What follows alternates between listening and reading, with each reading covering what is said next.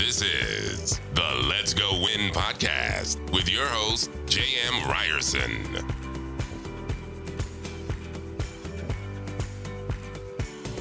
What is happening, you guys? Welcome back to Let's Go Win podcast. This is a special treat for myself and for you guys. I have a chance to interview someone, the wife of someone that's been very important to my life for many, many years, a mentor and a coach for many years, Tom McCarthy. But I get a chance to interview his amazing wife, Stacy McCarthy. She is an award-winning health and fitness leader, accomplished businesswoman, captivating speaker, and respected educator. Stacy was honored as the 2021 IDEA World Fitness Instructor of the Year for her contributions to the field of health and wellness as a seasoned mindful movement educator and integrative wellness thought leader. Stacy is recognized for her health and wellness coaching, yoga, and mindfulness practices, positive psychology interventions, culinary whole food, and plant-based medicine in the treatment of various chronic diseases and conditions. Couple fun facts: Stacy was inducted into the Freestyle Frisbee Hall of Fame, and Tony Robbins was a groomsman in her wedding. This is a full life you've been leading, young lady. How are you? Hi, JM. It's great to be here. After that introduction, I started thinking I sound like a yogi bending, vegan eating, meditation monk sitting up in the Himalayas somewhere, but I'm not. I'm just right here. Well, you're in an amazing spot. I love your home. It's absolutely incredible. I love the background. For those that don't see, she's in her amazing yoga studio. But let's just get started, because this award was a huge deal, but there's obviously been a buildup. You've been working and helping so many people in this world of health and wellness.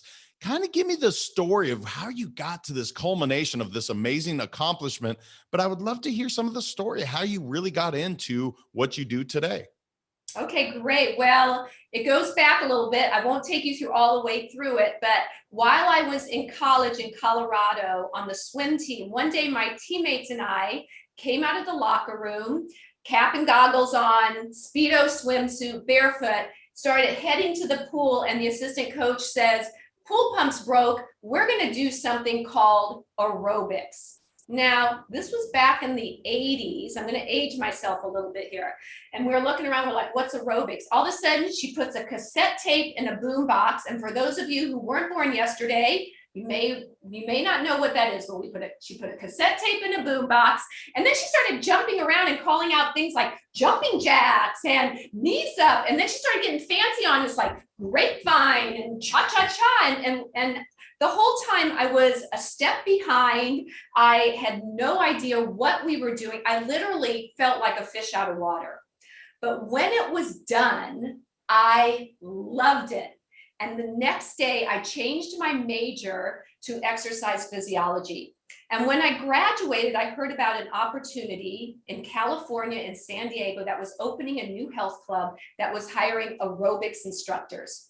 So I packed my car, drove from Colorado to California, and I got hired. 2 weeks after getting hired, the manager calls me in his office and he asked me to sit down. And that's when he said, "You're fired." And I was like, "Oh, what?"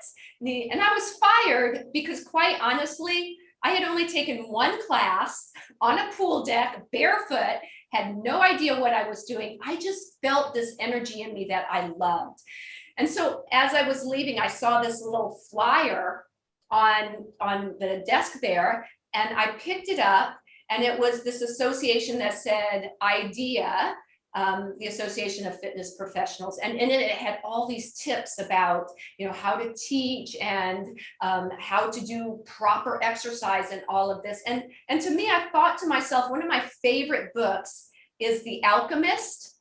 And in The Alchemist, there is a great premise, a great quote that says, when there's something you really, really want, the entire universe conspires in your favor. You just have to look for the signs.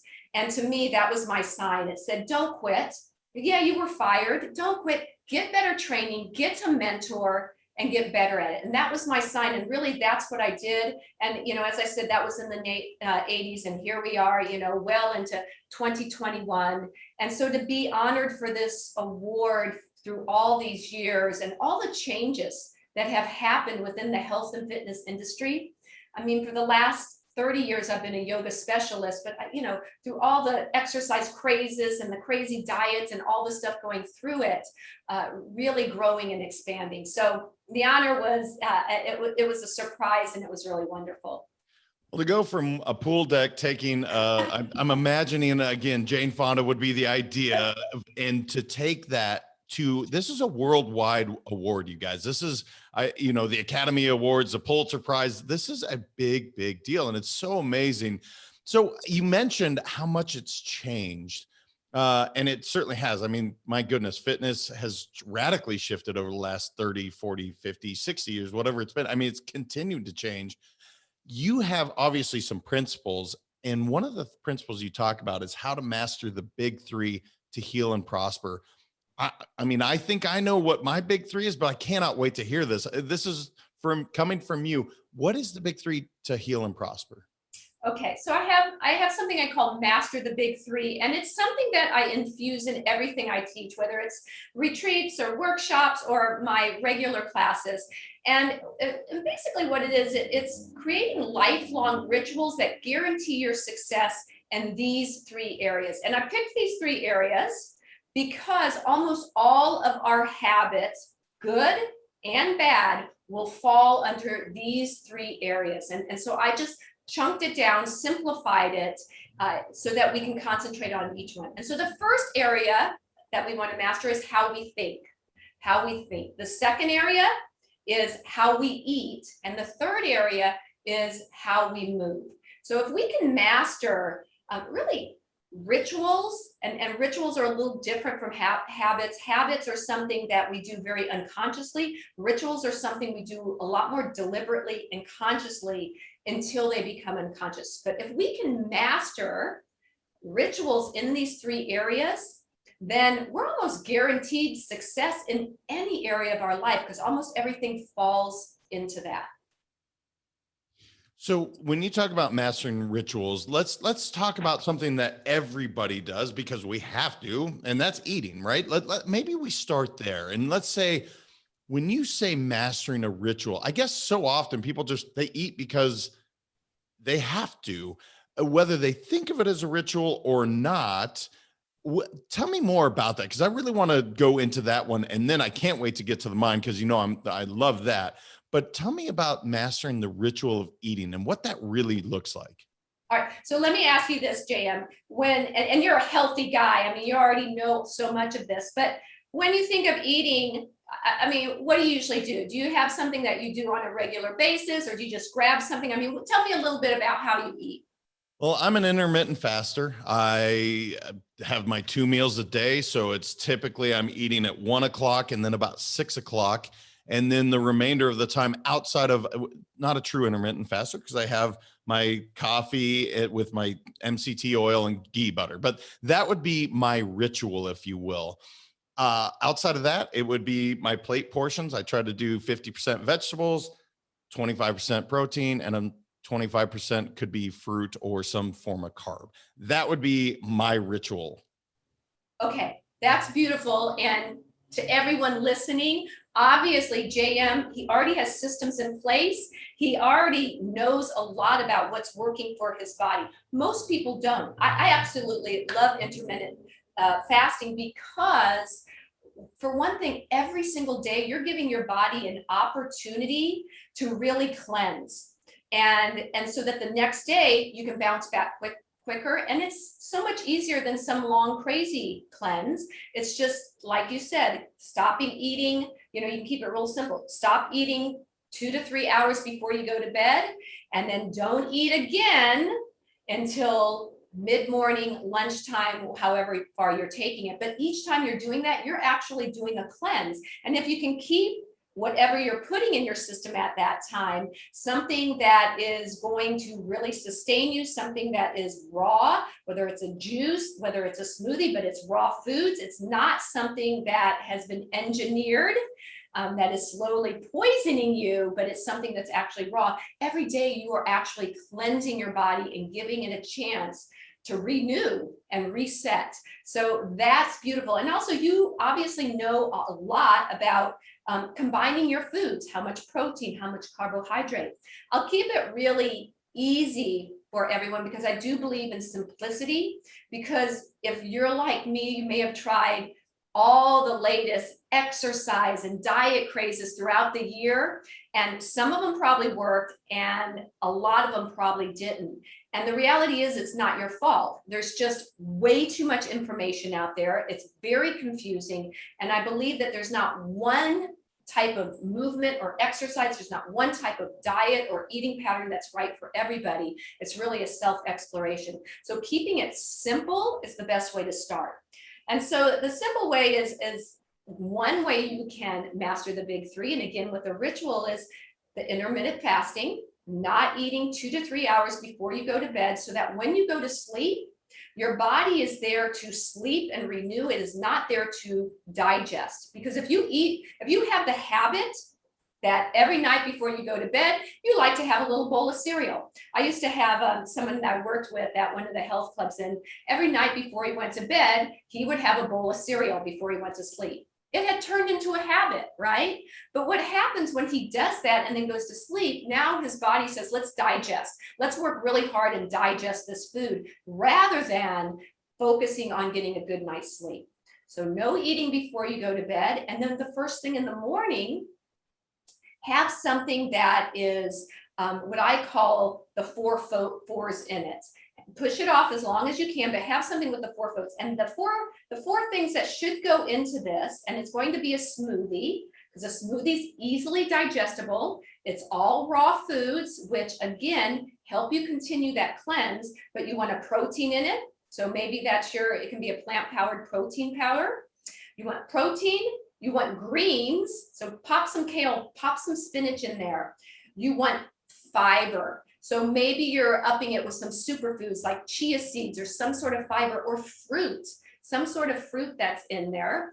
And then the fourth thing that a lot of people don't think about is you want some fat in there. You want some sort of fat. So I make my own almond milk, and I put almond milk in there because the fat gives you that satiation, that ability to sustain longer. So a very simple smoothie could have some spinach or kale, some of your favorite berries, scoop of your favorite protein powder. Maybe you pop some chia seeds in there as well for a little bit of scrubbing of the intestines, and then use some sort of fat that goes into it. So maybe for you, it's the MCT oil. Maybe it's, again, some sort of a nut milk that goes into it. I'm not a fan of dairy. So I'm not a big fan of dairy, and just look at the research on there. Again, when we talk about, there's a lot of knowledge out there. Just look at the research on dairy. For most people, pretty challenging. So that's a simple way to create a new ritual. And here's the other thing when it comes to the big three. Just like you have systems before you get on a podcast. Your room is set up, your mic is in place, your notes are there. You've done what you need to do. You have a system before you get started.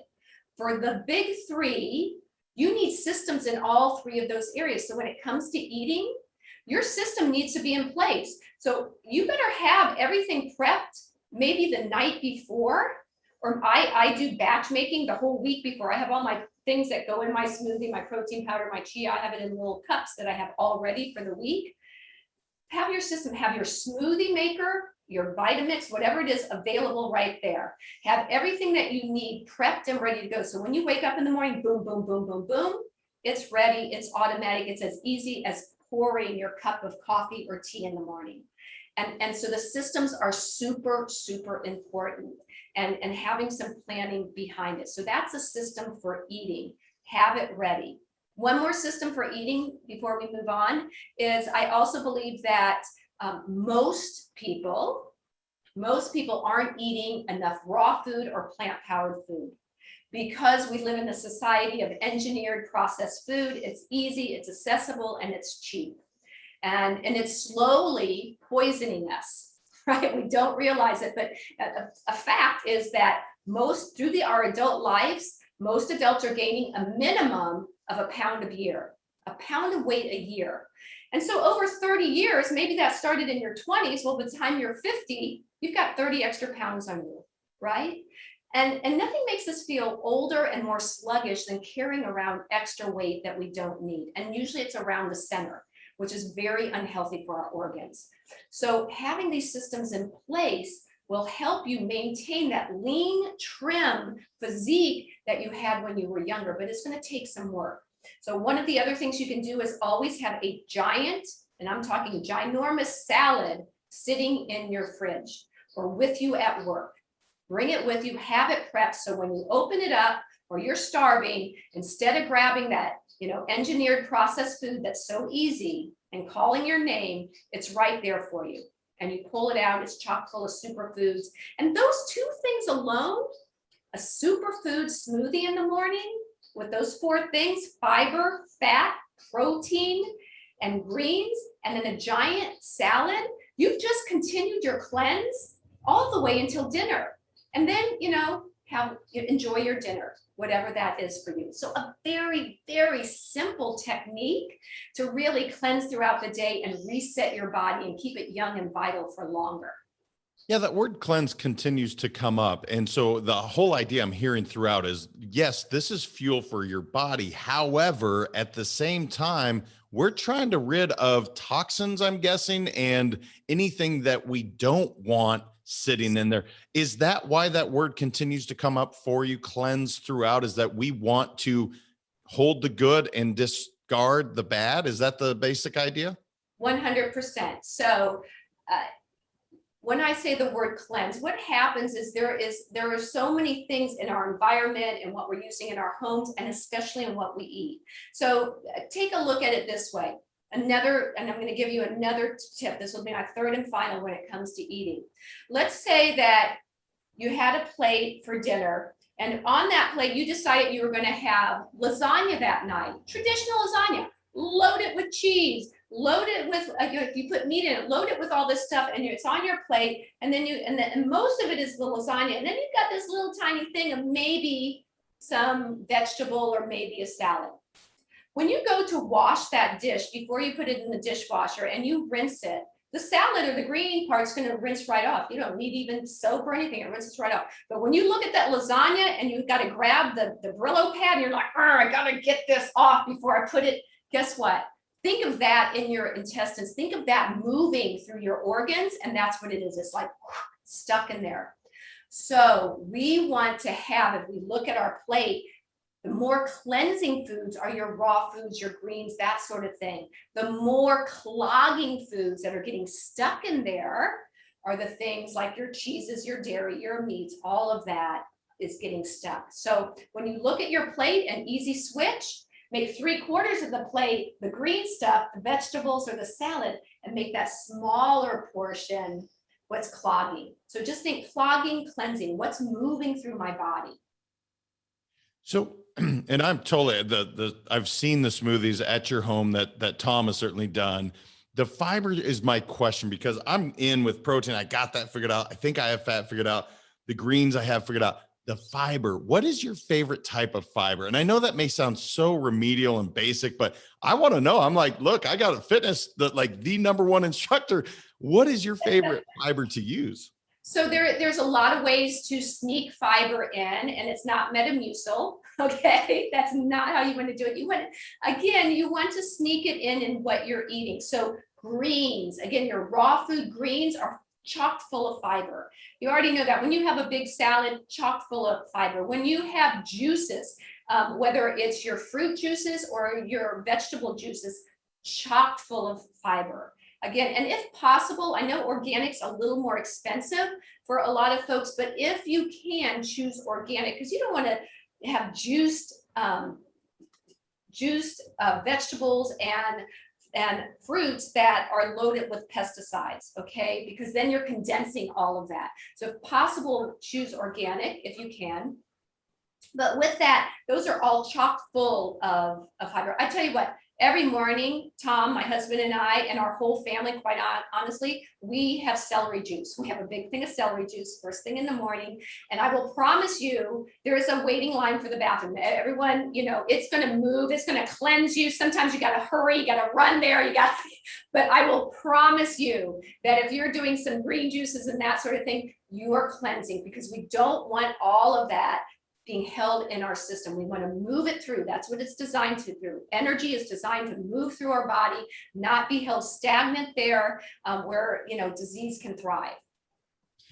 So I could ask questions about food all day long, but I want to get to, you are truly a professional when it comes to movement and the body. So let's talk about, what does that ritual look like for you? Because again, I'm looking, we have some Buddha in the background, we have yoga going on. I can't wait to hear about exercise, because we all know how important it is. I think that has been radically shifted. The world knows we need to do it, but I don't know if people know how to do it very well, or they're doing workouts from when they were in college or high school. So talk to me about the movement ritual for you. Okay, so movement is a huge thing, and I call it movement, not exercise. So let me just premise this a little bit. There is a difference between exercise and health, between fitness and health. So fitness is the physical ability to perform an athletic activity or an exercise. That's what fitness is. Look at all the athletes that we see right now in the Olympics going on. They're fit as all get up, right?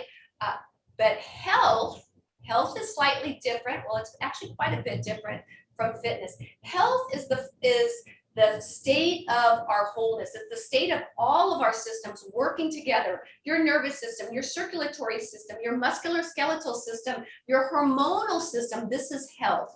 So when it comes to movement, we really want to look at movement as something more mindful, especially as we age. That is something that is helping your joints. It's not destroying your joints. It's something that is helping your mindset. It is something that is keeping your body strong and flexible, because healthy muscles are both strong and flexible. And one is not better than the other. If you have somebody who's like a wet noodle that comes in a yoga class and they're like, oh, I'll just put my foot behind my head. Well, they have no stability, no strength. And people look at them, isn't that great? They're flexible. No, it's not, because there's no stability in their body. And vice versa, you get somebody in who's just bulked up and, they can't reach over and touch their toes without harming their low back, then that's not good either. So we want the balance between the two. So early in my year, and I was an athlete, I went to school on a swimming scholarship, as I mentioned earlier, that I was a swimmer. My kids were athletes in school. Tom was an athlete in college. All of our family was athletes. So I love athletics, and athletics are great, but and exercise is great if it's not just overusing the same muscles, tendons, ligaments, and joints over and over again to be the very best at that activity. When you're young, you can handle it. But let me tell you, 30 and on, and maybe even 25 and on, doing that same repetitive thing over and over again, trust me, the knees, the neck, the shoulders, the back, over time, it can get worn out. So the reason I love mindful movement that we are very, very conscious of what we're doing, is because it's designed to balance our body. It's why I'm a big proponent of yoga. And that's why, starting 30 years ago, I really switched from teaching all the fitness classes and so many athletics into a yoga practice, because I felt in my body it getting younger. I felt in my body that there was this conscious awakening within my body of really how I move throughout the world. And it just felt great. So just knowing the difference between exercise and health, and being a little more mindful in the movement we have, especially as we age, because we've turned into a society of what I call G-sitters. If you take that, a capital G, what it looks like is when we're sitting, well, our knees are up here, our hip flexors are cranked up, our shoulders are down here, we look like the letter G. And so what's happened in our society is we're starting to look like the caveman, right? Hunched over and over. And so we really need things that are balancing our extension more in the back body. We need things where we can lateral bend easily. We need movement that keeps us as young as our spine, because our spine is going to tell you a lot of how old you are. And so when it comes to movement, I am a huge proponent of yoga. And yoga with its massive growth in Western America, there is an assumption that yoga is about touching your toes. And how many times do I hear from people, I can't go to yoga, I can't touch my toes. It's just a bunch of bendy young women, right? And yoga has nothing to do with touching your toes. It has everything to do with bringing your body back into balance, and also with liberating your mind, with the consciousness of the mind. And the mindset now, as you know, is so at the forefront right now. And the bouts of mental health issues going on. Look at the Olympics right now, even with our top athletes. Yoga addresses all of that. It's not just the body. It is the mind more than anything else. And I think now, more than ever, after this pandemic, people are realizing that we have to take care of the whole person. It cannot just be focused on your fitness. It has to be focused on the whole person, body, mind, and spirit. So I want to, man, I have so many questions after that, but the functional movement is what has been kind of the buzzword I've heard recently over the last like 5 to 10 years. But I like the way you said mindful movements. And what I think of, for instance, I did yoga last night and then Pilates this morning. The reason is because I was feeling like the guy that couldn't touch his toes. And normally I can palm the floor, but literally I said I was supposed to, isn't it? I'm even hardwired that way. In my schedule, I should have typically gone to lift weights. And I said, no, I need to stretch. I need to move. I need to do something different. And so I did yoga last night and then Pilates this morning. So my question is, when you say mindful, is it literally listen to what your body is telling you? Because that's what I hear. And your body will tell you like, hey, you really need to do this. Is that the idea with mindful movement? Okay, so first let me define what the word mindful means, because mindful is thrown around all over the place. Mindfulness meditation, and I call it mindful movement because to me, the practice of yoga is a moving meditation. It is prepping you to be able to sit still. So what mindfulness means is pay attention on purpose in the present moment without judgment. Without judgment is a big part of it. So when we are being mindful of our movement, when we are connecting to the breath, we are learning how to cultivate our inner body wisdom. And what's beautiful about this, and what's beautiful about the practice of yoga, when it's taught well, and not just as, get on there and move as fast as you can, and who's the bendiest, but when it's truly taught in its intentional way, it's teaching you to learn from the inside out, to awaken the inner body wisdom so that you notice, hey, last night when I had that huge lasagna and then I polished off that bottle of wine, and now in my yoga, oh my gosh, I'm stiff, I'm sore, I feel it everywhere. You're consciously aware now. You're very deliberate on what you're putting in your mouth. You're also consciously aware of what are you thinking? Oh, there went my mind again. Oh my gosh, what's my to-do list? I've got to hurry up and get done with this yoga because I've got so much to do today. And you come back to the breath. It's coming. And so the practice of it, and what's beautiful about this mindful movement within the practice of yoga, is that you're breathing, you're moving with your breath very consciously. You're noticing when the mind has slipped and gone somewhere else, and it's way over here. And then since you noticed it, you bring it back to the breath. And every time you do that, JM, talk about mindset, every time you notice the mind has wandered past or future and you came back to the present, now you're strengthening the mind. Each and every time you're strengthening the mind, and you're doing it in a way where you're connecting to the body is teaching you about the mind, and the mind is teaching you about the body. And it's just such a beautiful, beautiful practice when done well. And when I say done well, that doesn't mean you look good doing the poses. That is not what I mean. I invite everyone to come practice with me and do bad yoga. Okay, do some really bad yoga. It's like, as I'm writing my book, it's like the writing coach told me, hey, it doesn't matter if it's bad, get your butt down and write really badly. Write, just badly, just write bad, bad, bad, bad, bad. It doesn't matter. Just write what comes in. And it's the same thing with yoga. Get on your mat and do it really badly. Just keep doing it badly, because eventually you're going to have those insights and it's going to get a little bit better each time. But have the discipline. Discipline is the freedom, right?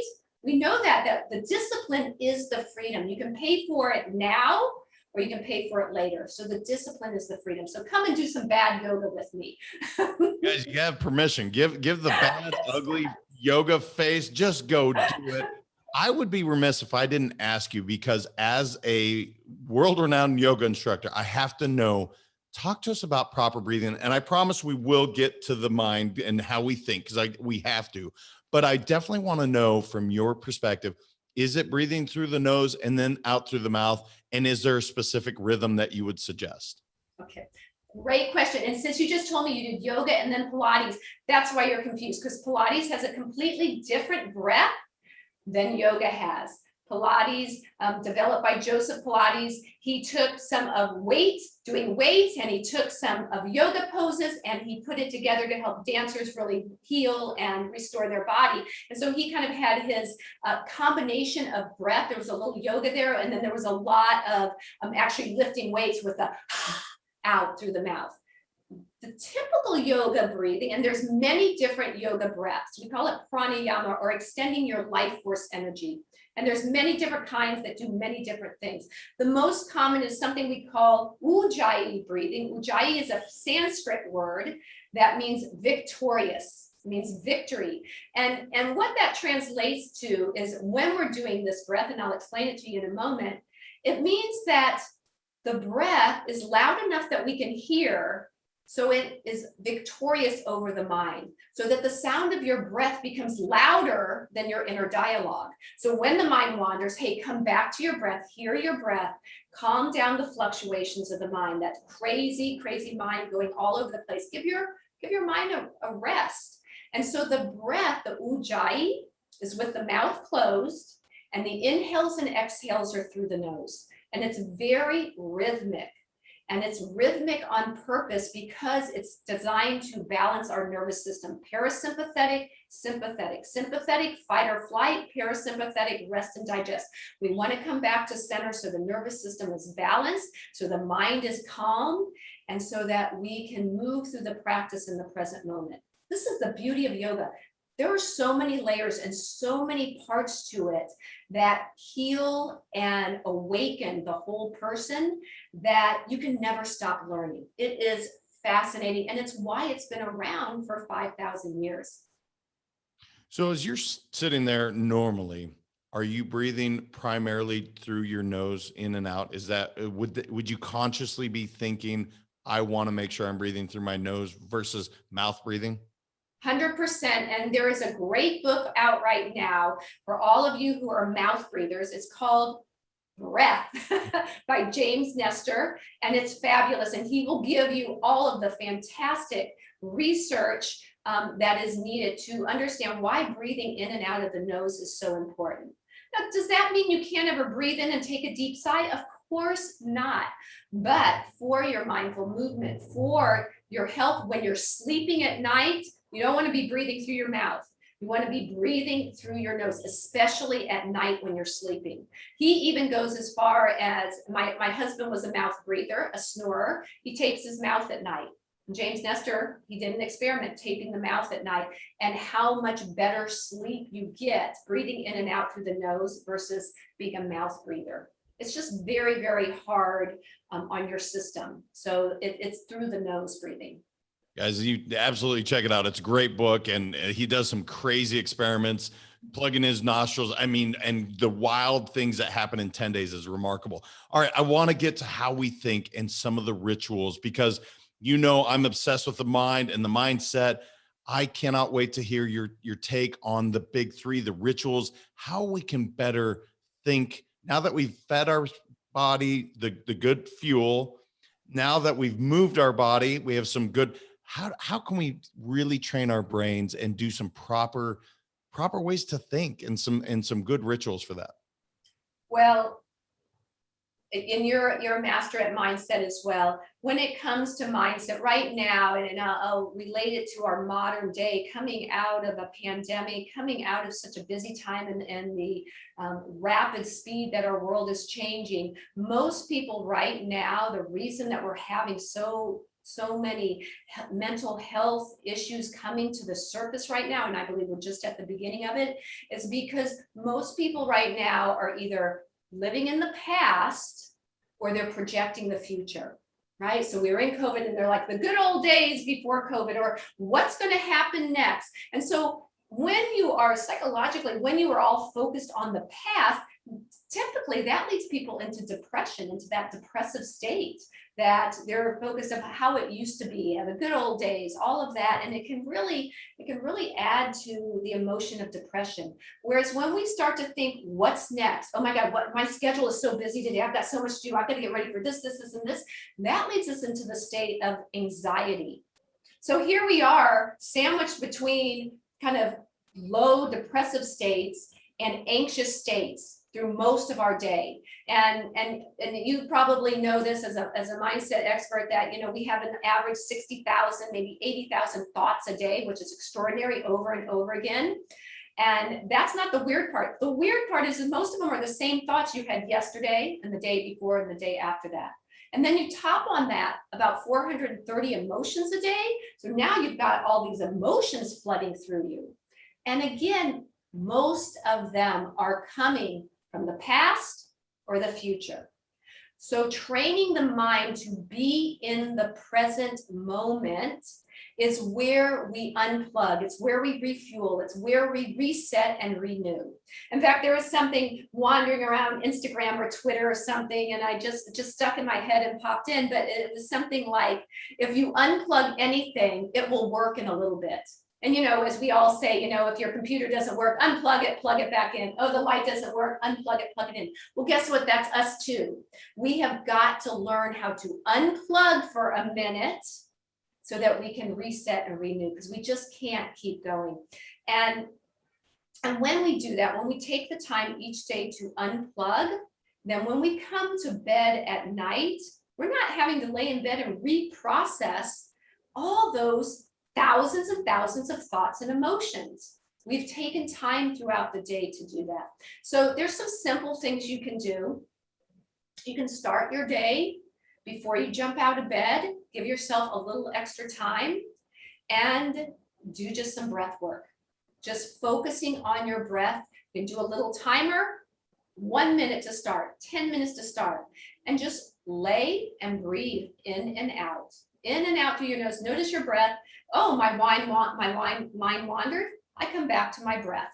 You're strengthening it each time. You're strengthening. It's not a failure. See, the problem is with meditation and breath awareness, a lot of people think they're a failure. And who wants to do something when you're failing over and over again? Nobody. You're not going to stick with it if all you do is fail and you don't feel success. So you have to change your mindset that, hey, my mind wandered. It's all over the place. I noticed. What a success. I come back to my breath. And in meditation, and I teach a lot with meditation, a lot of people feel they're supposed to clear their mind. They're supposed to empty their mind. Well, good luck with that. When you find the formula that you can just say, clear mind, empty mind, you are going to rock the world, because I don't think anyone's come up with it. But what you can do is, when the thoughts come in, rather than getting angry in meditation that there they are again, why can't I just be present? Make friends with your thoughts. Thank your thoughts. Thanks for coming in and letting me know, gosh, here I go again, right back where I was. Thank them and come back to the breath. And what a success you are every time you do that. You're building on that success pattern. You're making friends with your thoughts and emotions. And then you can deliberately and consciously change the negative thoughts and emotions and replace them with more positive thoughts and emotions. And you can stack on top of it. So I'll give you an example, and I'll go back to yoga, since maybe some people do yoga or you've tried yoga. And I'll just give you and comes from, again, yoga. Let's say the teacher asks you to do tree pose, tree pose where you bring your foot up and you're standing here and you're in the yoga class and you're like, oh, I'm falling over. My foot doesn't stay up, it's sliding off. Oh my gosh, everybody else looks so good. And here is your mind, all of it's judging, it's comparing, it's competing with everybody in there. Your mind's crazy. And what happens? You become what? You become frustrated, right? And what's frustration? It's a combination of three emotions: anger, disappointment, and embarrassment. It's not a good place to be.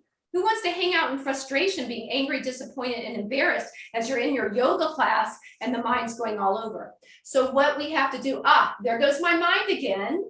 I'm going to replace that frustration, that emotion and thought of frustration. I'm going to replace it with fascination.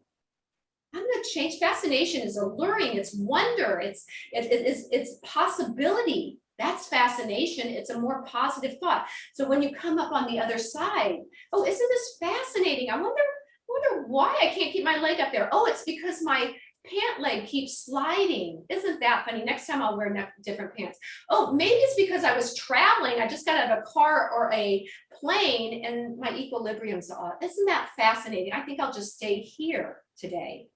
And so it's training the mind, the mindset again. Notice the thoughts wandering, make friends with your thoughts, bring them back to the present moment. Maybe that's breath awareness. Maybe it's a mantra. It could be as simple as be here now, bring it back. I'm a success. And then if the negative thoughts come in, replace them, positive thoughts.